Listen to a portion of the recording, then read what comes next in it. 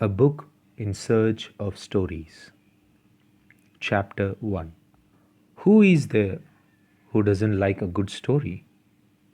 Everyone who says that they don't haven't really heard a good story yet. Listening to stories and sharing them with others have been part of human life since the beginning of time, since the very first memory. This story is about such a person who loved stories and about how his desires to learn all the stories there is in the world and to share it with others changed history forever. In a time long gone and a land long lost, ruled a king. He was brave, righteous, and cared very much about his kingdom. His kingdom was small but prosperous. The subjects were happy as they had everything they needed and more. The kingdom had no enemies, neither were the people of the kingdom worried about anything, as they knew that nothing will ever happen to them with their leader, their king, to protect them. The kingdom was small, but it had a strong army who feared nothing, as their strength was not in their swords or shields, but in their king, their commander whom they knew would happily lay down his life for any single one of them. Under the great king, there was love and friendship between all neighboring kingdoms, who all coexisted in harmony. The king had all the happiness that a man could ever desire: a loving wife beside him, a loyal court, and a son to carry on his legacy.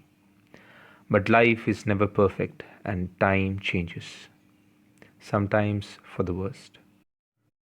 The queen became sick, and none of the medications could save her. The king, with all his power and wealth, could only see his dear wife drift away from him day by day. The death of the queen broke the king's heart forever. For weeks he mourned, and so did his kingdom. Even out of mourning, the king was never the same again.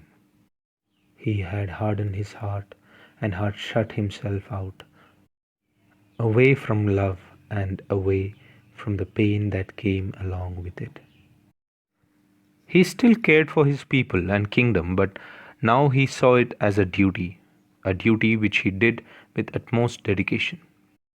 All he cared for now was his kingdom.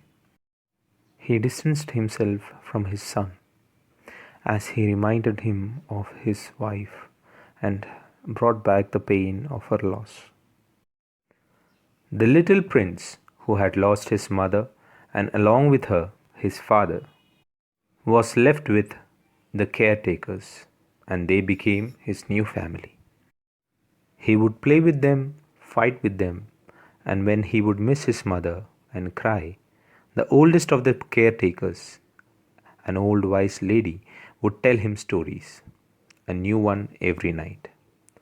And in this way, the little prince grew a love for stories.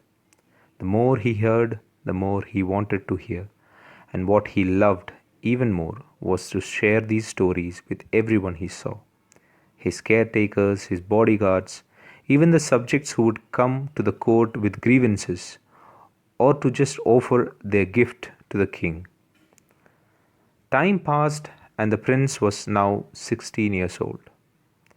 The Maharishi, the great saint and teacher, who was the head of a Gurukul, a school that was famous around the world, and princes from faraway kingdoms came to him for learning. He also was the teacher and guide of our king, who was his favorite student. He came for the prince. It was time for the prince to go to the Gurukul for studying all the arts and science needed to become a great king. Initially, the prince resisted, but finally agreed when the Maharishi told him that the teachers of the Gurukul are learned scholars who know all the stories of the world, and that he can learn all those stories along with all the other skills from them.